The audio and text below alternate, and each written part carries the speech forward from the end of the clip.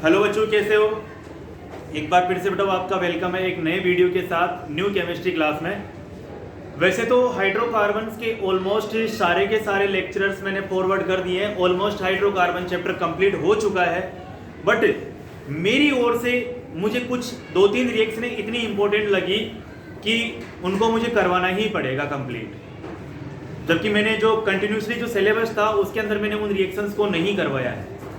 सो बेटा उन रिएक्शंस को हम कंप्लीट करते हैं। तो चलिए बेटा, हमारा आगे वाला टॉपिक है combustion of hydrocarbon. Combustion of hydrocarbon very important है बेटा। Combustion of hydrocarbon, combustion of hydrocarbon important है बट सिंपल है। इंपॉर्टेंट है बेटा बट ये सिंपल है, वेरी सिंपल टॉपिक है ये, ध्यान से देखना इसको। हाइड्रोकार्बन का हम क्या करवाते हैं? कंबस्शन करवाते हैं। कंबस्शन का मतलब इसको हम जैसे ही ऑक्सीजन की प्रेजेंस में रखते हैं ना, ऑक्सीजन की प्रेजेंस में रखते हैं तो ये क्या है, जल जाता है। और जल करके हमें कार्बन डाइऑक्साइड और H2O देता है बेटा। पानी और कार्बन डाइऑक्साइड देता है हमें ये। किसी भी हाइड्रोकार्बन को अगर आप ऑक्सीजन की प्रेजेंस में रखोगे तो वो आपको एक तो CO2 देगा और एक वाटर देगा। अब सवाल ये है कि कौन सा हाइड्रोकार्बन, किस हाइड्रोकार्बन को हम यहाँ जलाते हैं। सबसे पहले बात करते हैं मेरे प्यारे बच्चों एल्केन सीरीज। एल्केन सबसे पहले हम किसको लेते हैं? एल्केन को। अब एल्केन का हम क्या करवाते हैं? कंबस्शन। अब कंबस्शन के लिए सिंपली रिएक्शन लिखता हूं मैं। एल्केन का जनरल फॉर्मूला क्या होता है? CnH2n+2। ये रिएक्शन तो मैंने करवा दी थी पहले वीडियो में। प्लस अब इसका हम कंबस्शन करवाएंगे किसकी प्रेजेंस में? ऑक्सीजन की प्रेजेंस में। अब इसका कंबस्शन करवाने के लिए हमें कितने ऑक्सीजन चाहिए? हमें चाहिए मेरे प्यारे बच्चों 3n+1 2 ऑक्सीजन। हमें कितना ऑक्सीजन चाहिए? इतना ऑक्सीजन चाहिए हमें। अब जैसे ही इसको हमने जलाया तो जलाने पर हमें एक तो ये CO2 देगा। कितना देगा? NCO2। और पानी कितना देगा? N+1 H2। अब देखो मेरे प्यारे बच्चों, आपकी सारी प्रॉब्लम खत्म हो जाएगी अगर आपको ये पता चल गया कि यहाँ N क्या है। आपकी सारी की सारी प्रॉब्लम खत्म हो जाएगी अगर आपको ये पता चल गया N क्या है। N is equal to number of carbon होता है मेरे प्यारे बच्चों। N इज इक्वल टू क्या होता है? नंबर ऑफ कार्बन होता है। क्या होता है? Number of carbon. तो हम एल्केन, जितने भी एल्केन है उन सबको इस फॉर्मूले के द्वारा रिप्रेजेंट करते हैं। अगर इस फॉर्मूले को अगर इसके अंदर कंबस्शन करवाएंगे तो हमें इतना CO2 इतना H2O मिलेगा। अब आप ये क्या है? एल्केन का फॉर्मूला है। अब आपको कोई बोल दे, कोई क्या बोल दे कि ब्यूटेन का कंबस्शन करवाओ। अब आप ये देखो ब्यूटेन, आप ध्यान से देखना बेटा, ब्यूटेन 2 वर्ड से बना है, ब्यूट प्लस एन से। बोलो मेरे प्यारे बच्चों, क्या एल्केन है? नहीं है, एल्केन है ना। तो मतलब यही फॉर्मूला अप्लाई होगा इसके ऊपर। अब आप ये देखो, अब इसका फॉर्मूला ब्यूट, ब्यूट का मतलब कितने कार्बन? तो बताओ बेटा n की वैल्यू 4 आएगी नहीं आएगी? अब रखो आप इसमें C4H2 × 4+2।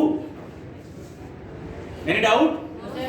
Plus 3 × 4+1 divide by 2 O2। n कितना आएगा यहाँ पे? Very good, 4 CO2 plus 4+1 H2। अब आप लोग इसको सोल्व कर लो। आप लोग इस इक्वेशन को सोल्व कर लो। ये तो हो गया हमारा C4, ये हो गया H10। कोई डाउट?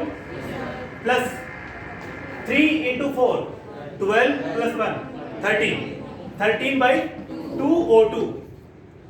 2 से 2 कैंसिल आउट हो जाएगा, कितना बचेगा? 13 बचेगा। अब यहां देखो आप लोग 4 CO2 प्लस 5 H2। अब देखो आपकी रिएक्शन बैलेंस हुई, 4 कार्बन 4 कार्बन। ऑक्सीजन कितने हैं?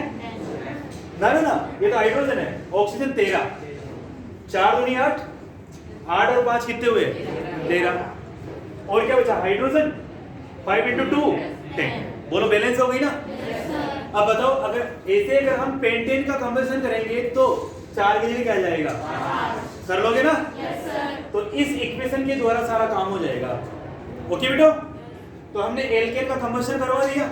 अब हमें करवाना है मेरे प्यारे बच्चों एल्कीन का कंबस्शन। यहाँ पे किसका कंबस्शन करवाना है? एल्कीन का। ध्यान से देखो बेटो, एल्कीन का कंबस्शन करवाते हैं। हमारे पास हाइड्रोकार्बन 3 टाइप के होते हैं, एल्केन, एल्कीन, एल्काइन। तो हमें सभी का कंबशन करवाना यहाँ आना चाहिए मेरे प्यारे बच्चों, ध्यान रख लेना। देखो एल्किन का हम कंबशन करवाते हैं। देखो अब एल्किन, ये एल्किन हो गया। अब ये बताओ मुझे आप, एल्किन का जनरल फॉर्मूला क्या होता है? CnH2n। मतलब यहां से 2 हटा देंगे अपन, plus 3n+1 divide by 2 O2। अब ध्यान से देखो, ऑक्सीजन की ये वाली जो वैल्यू है ना, ये हमने एल्केन के लिए ली थी, आपको पता है। अब एल्केन के लिए क्या होगी मेरे प्यारे बच्चों, यहां से 1 को हटा दो आप, यहां से 1 को हटाओगे क्या रह जाएगा? 3n+2। यहां से हमने 2 हाइड्रोजन कम किया, यहां से आप 1 ऑक्सीजन कम कर दो एल्कीन में। किसमें बैठाओ? एल्कीन में। कार्बन वो क्या आएगा? NCO2 प्लस उसमें हाइड्रोजन क्या था? N+1H2। यहां से +1 हट जाएगा बेटा, यहां पे क्या रह जाएगा? NH2। अब आपको बोल दे यहाँ पे इथीन का आप कंबशन करवाइए। इथीन, एक का मतलब कितने carbon? 2 carbon. C2H2 × 2 plus 2 × 3 divide by 2, sorry हाँ ये ना, डिवाइड बाई O2, 2 O2, यहाँ पे क्या आ जाएगा? 2 CO2 प्लस 2 H2। कोई डाउट बेटा? आगे आप लोग इसको सोल्व कर लो। C2H4 प्लस 6/2 O2 तो इज इक्वल टू क्या हो जाएगा? ये 3 O2। कोई डाउट बेटा? 2 से 6 को कैंसिल करेंगे तो क्या करेंगे? क्या आएगा? 3 O2 आ जाएगा। और फाइनली यहाँ पे क्या बन जाएगा? 2 CO2 प्लस 2 H2। यहाँ से बेटा आपको कंबस्टन भी पूछा जा सकता है और एक इक्वेशन ऐसे ही बनता है यहाँ पे। अब यहाँ पे आप लोगों को क्या क्वेश्चन पूछ लिया? यहाँ पूछ लिया कि पेंटाइन का कंबस्टन करवाने के लिए, पेंटाइन का कंबस्टन करवाने के लिए कितने ऑक्सीजन की रिक्वायरमेंट होती है। अब सबसे पहले सवाल ये है, पेंटाइन में कितने कार्बन होते हैं? 5। इन 5 को आप इस फॉर्मूले के अंदर रख दो। एन की वैल्यू क्या रख दोगे? 5। तो 3 × 5 15 डिवाइड बाई 2 O2। 2 से 2 कैंसिल होने के बाद कितने ऑक्सीजन चाहिए? 15 ऑक्सीजन चाहिए। बोलो कर सकते हो ना? तो हर हाइड्रोकार्बन के लिए आपको ऐसा इक्वेशन याद रखना पड़ेगा। ओके बेटा? अब सवाल यहाँ पे सवाल आता है, एल्काइन का कंबस्टन कैसे होगा? ये हो गया हमारा एल्काइन, ये हो गया एल्काइन। अब एल्काइन में क्या होता है? जनरल फॉर्मूले में यहाँ पे -2 करते हैं हम, सही है ना? एल्केन में यहाँ क्या होता है? +2। एल्केन में यहाँ पे 2 होता ही नहीं है। एल्काइन में क्या होता है? -2। एल्केन में यहाँ क्या होता है? +1। एल्कीन में क्या होता है? +1 नहीं होता है। और एल्काइन में यहाँ क्या आएगा मेरे प्यारे बच्चों? -1। और यहाँ पे भी, यहाँ पे NCO2 रहेगा और यहाँ पे आएगा N-1, क्योंकि यहाँ पे एल्केन में N+1 था, यहाँ क्या आएगा? N-1 आ जाएगा। कोई डाउट बेटा इसमें? मतलब कर लोगे ना, समझने की कोई जरूरत नहीं ना। अब यहाँ पे आपको बोल दिया किसी ने प्रोपाइन का कंबशन करवाइए, तो प्रोप में कितने कार्बन होते हैं? 3। N का वैल्यू 3 रखो और सोल्व कर लो आप लोग। तो फाइनली सोल्व करने के बाद उसका रिएक्शन आप लोगों को मिल जाएगा। तो एल्कीन और एल्काइन का कंबशन ऐसे होता है। अब आगे बात करते हैं बेटा, हम एरोमेटिक हाइड्रोकार्बन के कंबशन की बात करते हैं। एरोमेटिक हाइड्रोकार्बन का कंबशन कैसे करवाते हैं? ये तो मैंने वीडियो में बता दिया था आपको, वैसे फिर भी बता रहा हूँ बेटा। कंबशन ऑफ एरोमेटिक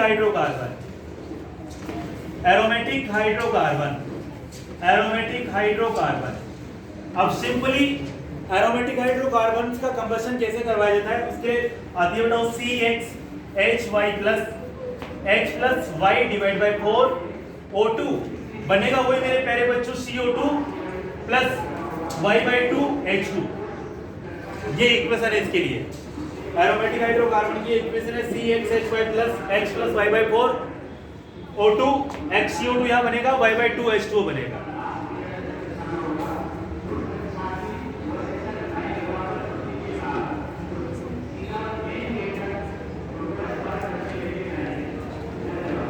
देखो बेटा उदाहरण से, अब यहाँ एग्जाम्पल के तौर पे हमने यहाँ पे लिया बेंजीन।